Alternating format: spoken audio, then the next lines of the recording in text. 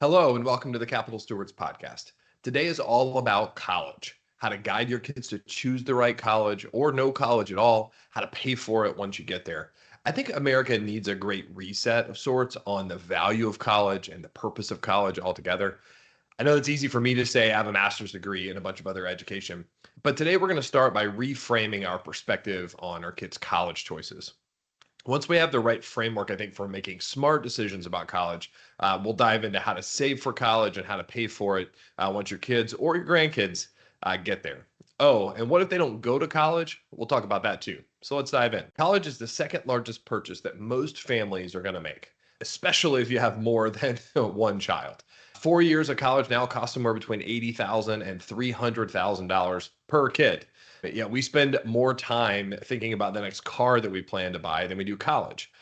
When we do get to the discussion, we skip straight to how much to save and what the right tax strategy is. However, I think it's really important that we take a step back and think about the product that we're actually buying. Does each of our kids need to go to college? And if they do they need the $80,000 version or the $300,000 version? What's the purpose of college? What do we even get for that huge investment? And I think the answers might surprise you and they might be different for each one of your children. So is college worth it? The world's always changing, but college graduates still earn more on average, and average is the key word, than those without degrees. But anytime we use averages, it's important to be aware that no one is really actually average. Some students have above average results and others have below average results. We need to help our students align the elements of a framework for them to achieve average or above average results. We'll discuss specific schools in a minute, but what makes college worth it? How do we achieve those above average results? Research shows that the results are determined, one, by the subject that students study. That makes sense. So do they study engineering or mathematics, or do they study, liberal arts or, theater or something like that? Secondly, by their effort and engagement with the coursework. So do they do well? Do they study something they're engaged in and they want to be a top performer in, or do they just sort of show up and go through the motions? It's clear from multiple research projects that some majors pay more than others. That's probably not surprising news.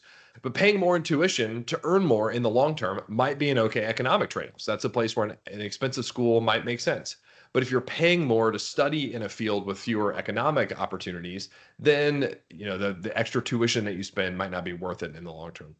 Additionally, and probably not surprisingly, students that apply themselves in college more, they improve their critical thinking capabilities and they become more productive people down the road from an economic standpoint. So if you just go to college and you sort of go through the motions, it won't necessarily produce any results. So for college to be worth it, students need to choose the right major at the right school and at the right cost, and then they need to be engaged in what they're doing. And if all four of those things are true, the right major, the right school, the right cost, and that they're engaged in the work that they're doing, then college can be worth it and they can achieve those sort of above average results from going to college. Speaking of engagement, does your child even need to go to school? I know that college is a dream for a lot of families. You go to college, you want your kids to go to college, but the average starting salary for a plumber last year was $40,000. Last year, the average plumber made $61,500, and those with experience and that run their own businesses made well into the six figures. HVAC technicians have very similar metrics, so do aircraft mechanics. None of those jobs require a college degree. In fact, the mid-career stats are very similar to the results of college-educated teachers and liberal arts majors. And that's not a knock on teachers. Super, super important, right? Our kids go to school, they have amazing teachers, or liberal arts majors or folks that want to study theater, et cetera. The same thing might be true if you're going to take over the family business, right? You don't necessarily need to go to college and spend $300,000. So if you're going to do a field or be in a field that ultimately is going to pay a little bit less, then you need to make a more economical decision for college. So maybe you're making a $60,000 college purchase instead of a $300,000 purchase.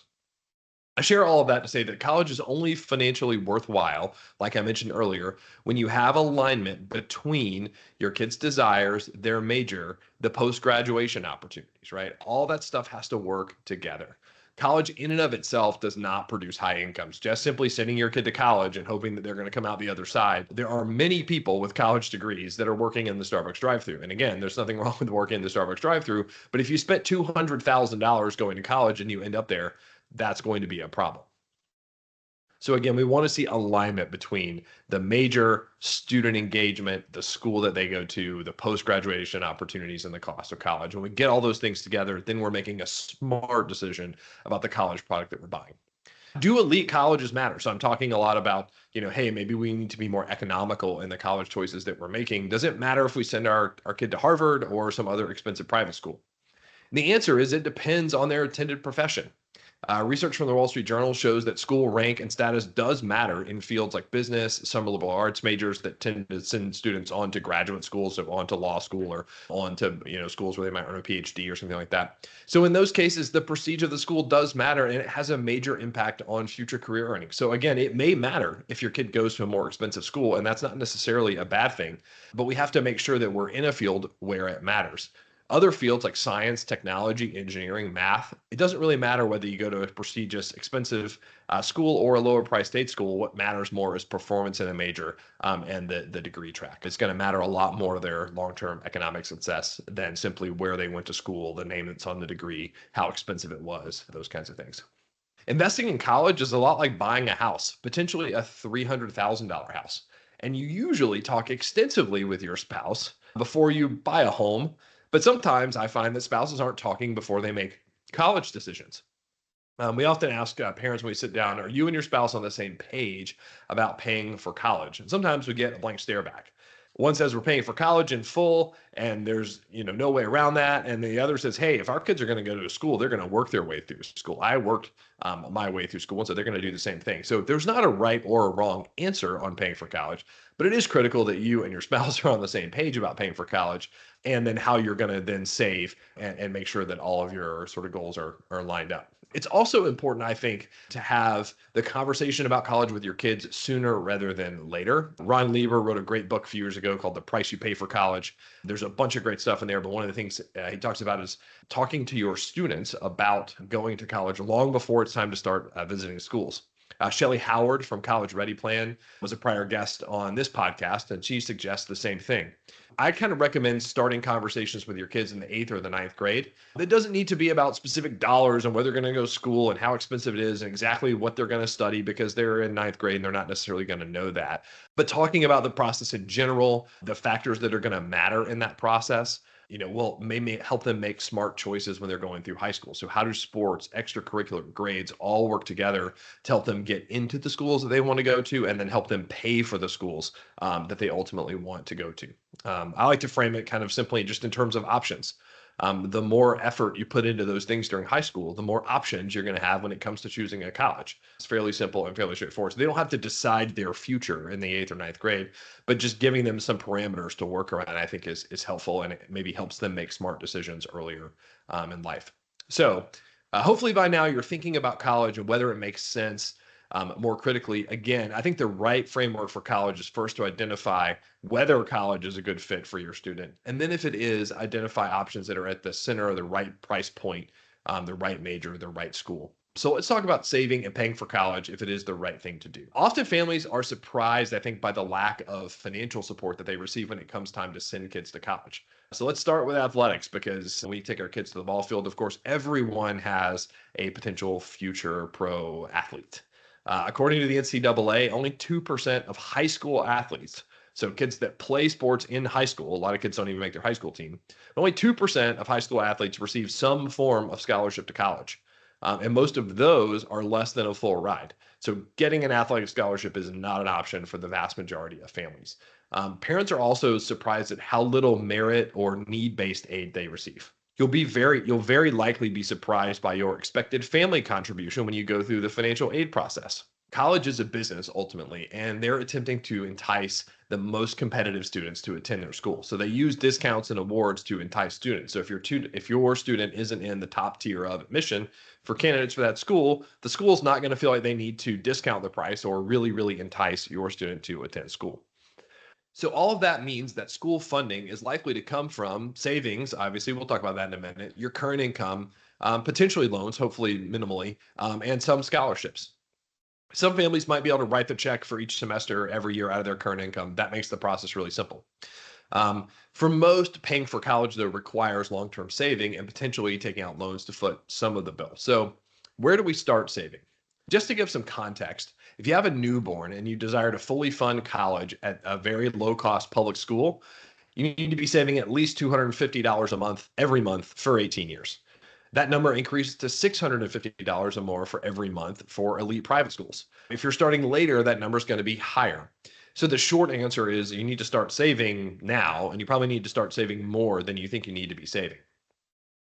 For most families, I think the right combination of savings vehicles are 529 plans and other accounts like taxable accounts or Roth IRAs. The combination is what makes the most sense when we put together a full plan for college saving, retirement saving, and all the other variables that are involved in your financial future. And having a combination of accounts is even more important generally when you have multiple children. So we'll talk about that more in a minute. So let's start with 529 plans because I think that forms the core for college savings for most families. So 529 plans, the contributions are generally deductible on your state, hear me, state, not federal income taxes. That's true in Alabama and Georgia for our clients. In Tennessee, there's no state income tax, so there's nothing for you to deduct from. 529 plans, though, are not tax deductible on your federal income taxes, kind of like Roth. 529 plan earnings, though, can grow, and as they grow, there's no taxes, and then you can withdraw the proceeds tax-free to pay for qualified educational expenses. So I get a lot of questions about saving for college in a Roth IRA. Well, a 529 plan is essentially a Roth IRA that is specifically designed for college. If you use it for college, the tax treatment is the same. I recommend opening one account for each child that's in your family. So those accounts are sort of in your name for the benefit of child one, child two, child three. Grandparents and friends can also make contributions regardless of who owns the account, but ownership does matter when we get time through the financial aid process. So direct parental ownership of those accounts is going to be the most beneficial. When other folks like grandparents or friends own 529 plans on your kid's behalf, then the financial aid may be reduced. They sort of get more penalized in that process. So have grandma and grandpa contribute to the 529 plans that you own for your kids, not have some sort of separate funding program set up on the side.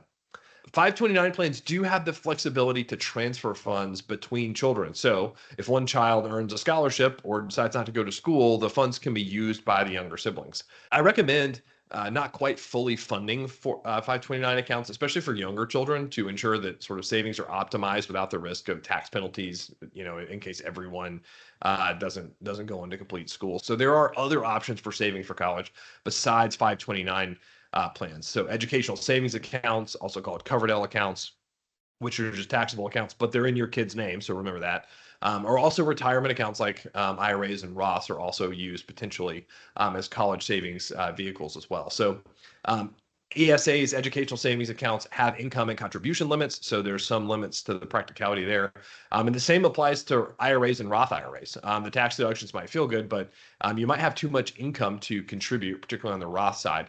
If you can contribute to an IRA, you usually can't fund college completely and your own retirement savings within the contribution limit. So that's why I like to use 529 plans as the core of the savings vehicle and then supplement those with assets from Roth IRAs or other IRAs. One exception to that might be that if you are going to be either close to or over age 59 and a half when your student goes to college, if you're over age 59, you can take money out of a Roth for anything, including college. So if you'll be over age 59 and a half when your kids are in college, then Roth contributions or Roth conversions might be a more flexible strategy to use than a 529 plan.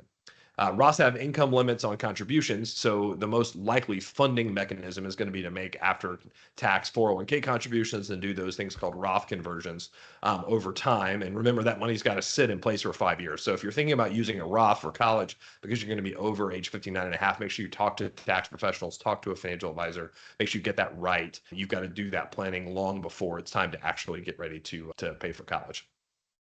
I also have several clients that have what I call good start funds. And we establish those things for kids in the event that they don't go to college or that college isn't the right choice for them. These are simply taxable brokerage accounts that grow over time. There's no restrictions or requirements. There's also no tax benefits, right? So you don't get the same tax-free growth that you get in a 529 plan, but you can use them for college, or you can start a business with the funds, buy real estate, buy a house, do anything else, right? It's just money that's parked in an investment account that's growing over time. So by not having the assets in a dedicated 529 plan, you have more flexibility in how you use those assets.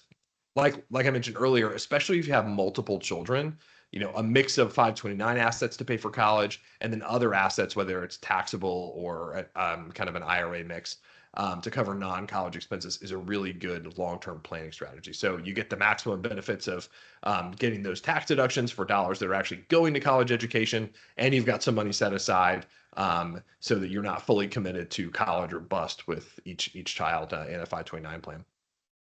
There was a change to the law last year that now allows unused 529 plan dollars to roll into a Roth IRA. The catch here is that you can only move up to the contribution limits for the Roth, which is like $7,000 a year, into the Roth IRA. And there's also a lifetime $35,000 maximum. So it's really good flexibility. If you have money left over in a 529 plan after college, you can move it into a Roth. So we're not sort of trying to optimize for spending the last 529 plan dollar on the last child. If we overfund it a little bit, it's going to be okay.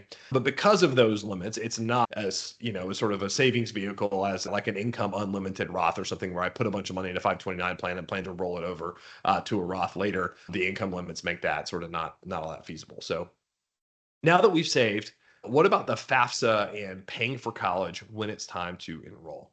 The FAFSA, which is the Federal Application for Student Aid, is free and it's fairly easy to fill out. So if you're thinking about paying somebody to do that, I would kind of reconsider that. It shouldn't be that complicated. It's hard to beat the system and appear less well off than you really are. College aid officers have been at this for a really long time and they have seen all the tricks. So it's difficult to sort of say, hey, I'm pretty well off and then I'm going to look poor for a few years while my kids go to school. That's going to be fairly difficult to do. But there are a few things you can do strategically to maximize the amount of aid that you're going to qualify for when it's time for school. The first is to control your income in the 2 years prior to enrollment. So the FAFSA looks backwards. So the years immediately prior to and up to the beginning of your child's junior year of school, so the second year they're in school, are going to be the most important for determining your income that they're using for those expected family contributions. So if you have the ability to minimize business income, if you own a business or you're part of a partnership, or if you can delay retirement account withdrawals, those kinds of things, that'll help maximize your chances of receiving aid. Secondly, assets that are owned directly by the student are taxed the most from a financial aid standpoint. So instead of gifting your students or your kids assets to own directly, consider leaving those assets in your name instead of putting them in there. So that's kind of the argument for a 529 plan that you own on their behalf, or other taxable accounts that are in your name, they're not in your kid's name. That can conflict with estate planning strategies, right? If you've got a gifting strategy set up to get money out of your estate. So you want to make sure you're not derailing your estate plan to get a few $1,000s in scholarships. It's probably not worth doing that. So your financial planner can help you make sure that all those pieces work together. So make sure you're optimizing for your total long-term picture, not just college in that case. But if we're thinking about purely in the context of college, having money in your name versus having it in your kid's name is going to be ideal. And then lastly, file the FAFSA early. Colleges, like other businesses, they have a budget every year for student aid. And once it's gone, it's gone. So the later you file, the less money they have to give out. So they're likely to be more generous with aid early in the cycle. So file, even if you think you make too much money to get aid, file the FAFSA anyway. You never know what you might get. Some schools even sort of require it before they do scholarship dollars and other kinds of things. So fill that thing out. You never know what might happen. I'll close with a word on student loans. If your kids are taking out loans simply to go to a more expensive or a more prestigious school, I would think long and hard about whether that decision will pay off. Do they really need to go to that more expensive school, or will one that you can afford with less debt be better long term? Loans can be useful, however. So I don't think all college debt necessarily is a bad thing. There's lots of folks that go to medical school and end up with debt after, and that generally turns out to be a really good long-term decision. I mentioned earlier, the age limit on Roth distribution. So perhaps you're going to turn age 59 and a half while your kid is in school. Then maybe you borrow for a year or two, then pay off the debt when you turn 59 and a half with those Roth funds. So I think potentially there are some uses for debt in the loan process. So I wouldn't totally write that off or exclude it, but it shouldn't be the core of what you're using to pay for school. I also think having skin in the game matters when we teach our kids to make good stewardship decisions. So maybe taking out some loans to help pay for school so they are incented to make financial decisions intelligently when they pick schools and while they're going through school and how long they're going to stay there and all those kinds of things. If they graduate with a few $1,000s in debt and they make smarter decisions along the way, they're probably going to be better off for it in the long run. So just make sure it's not so much debt that it derails their own sort of long-term financial situation. But having some skin in the game is not a bad thing. Maybe that comes from savings that they accumulate earlier in their life. Maybe it comes from taking out a little bit of debt to pay for some of school alongside your contributions.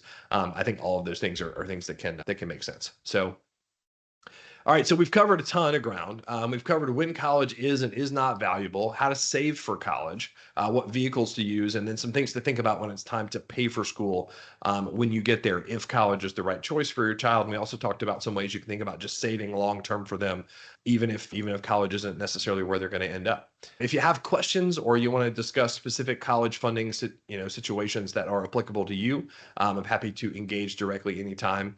You can find a link to schedule a call in the notes of this episode or on the top of our website. And we will see you next time on the Capital Stewards Podcast.